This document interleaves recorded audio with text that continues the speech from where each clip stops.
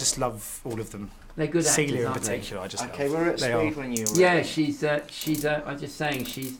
She's been around for a long time, but she's never really had the opportunity to carry a movie, which she does in this, along with Imelda. Well, I just interviewed the pair of them, and they were speaking about how refreshing it was to have a script where their age is not the core theme. It's not. I mean, you get some films where the kind of one of the leading jokes is say, "Oh, we don't know how to use technology and stuff." And it's a real, almost kind of affectionately poking fun. But they felt in this movie being older was just by the by. Was that what stood out for you as well when you got the screenplay? Didn't really occur to me terribly. I mean, I didn't think of that. I just thought, well, how do we make it funny? How do we make it sad? What is the journey they go on? So I think a bit like it kind of found its own feet in a way.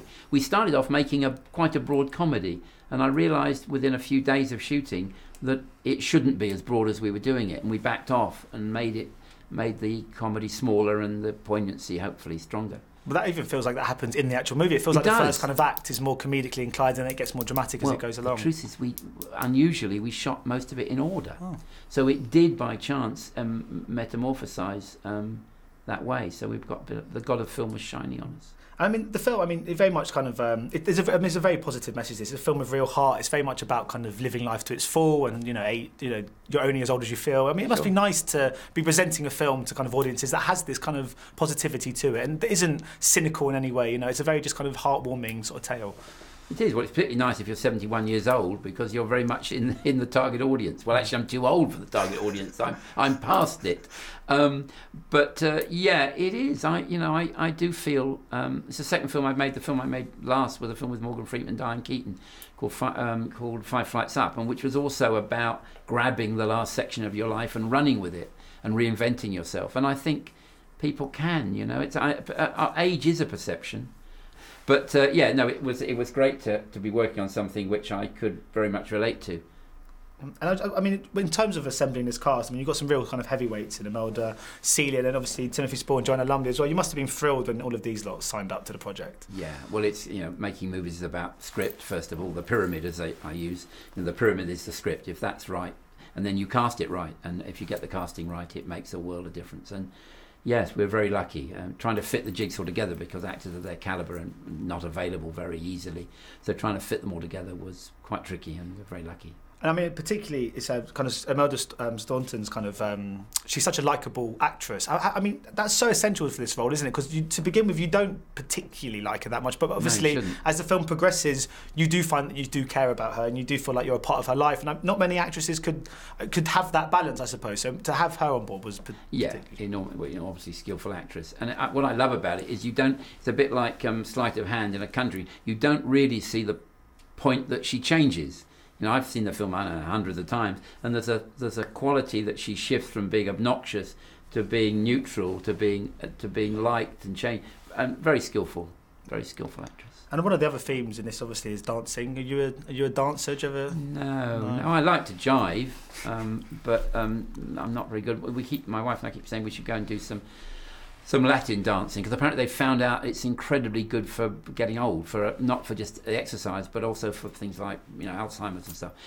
Apparently you use. In fact, there was a documentary on last week with Michael Mosley where he tested and they found out that people's cognitive ability after an hour of dance was higher than it was before they started. So they could do tests of their brain power. So yeah, dance is good, but I don't do a lot. I should do more. And how about living on a boat? Do you reckon you could do that like Timothy's character in this? I wanted to. When the kids had grown up and we sold our old family home, my wife and I said, let's go and buy, because we use it as an investment. We bought it when we were very young for very little and it had increased in value. So I said, well, why don't we live on a barge on the river up in Paddington? And she said, not on your Nelly. She was probably right, though I would be quite game for it. I rather love boats. Yeah, and that's all shot in Little Venice as well, isn't it? Little Venice, yeah. That's where I grew up. I wonderful. And also, I love this sort of angle. This film's very much about sisters. Obviously, it's not just... Obviously, at its core, it is still a kind of love story, but it's a love story about family too, and that's quite rare. Usually it's the core focus in films like this is between the male and female kind of... But it's quite interesting to have this kind of sister dynamic at the core of the story. Yeah, I think that... It is a love story. I said not about Tim Spall and Imelda do. I think it's fair enough to say do fall in love, but it's not the core story. The sisters' love for each other and how they find friendship again and maybe that's what I did find interesting about it. It's got lots of. It's a film script that grew on me, and we worked on it a lot, the writers and I, and it did metamorphosize into something which was greater than just the sum of its parts. I think it wasn't. It was quite a broad comedy when we started, and I think perhaps more by luck than judgment, it became something better. I mean, the film does know who its target audience is and definitely plays up to it. But at the same time, I'm 29 and I've really got something out of the film as well. I was wondering if you took younger audiences into mind when you were making it. Did you think about how this could play out and be accessible to people of any generation, or were you focusing very much on who it is kind of aimed for?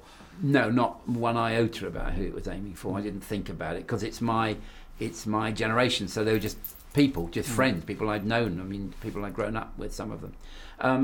But I think if a film is inherently truthful, and you are going to get old, you have mums and dads and grandmas and granddads probably, and that. So I think in hindsight, anyone can relate to the movie, so it will be a real bonus if people. And I'm very flattered to hear that you liked it, and most of the I think all the journalists who've come in, I could sort of see in their eyes that they weren't just being platitudes when they said they'd enjoyed the movie. I think people genuinely do, and I'm very, very excited and very pleased that it might work as a movie. Brilliant. Thanks so much for the time today. Great pleasure. Cheers. Thank you so much for coming to see me. Ladies and gentlemen, you're watching Hey You Guys!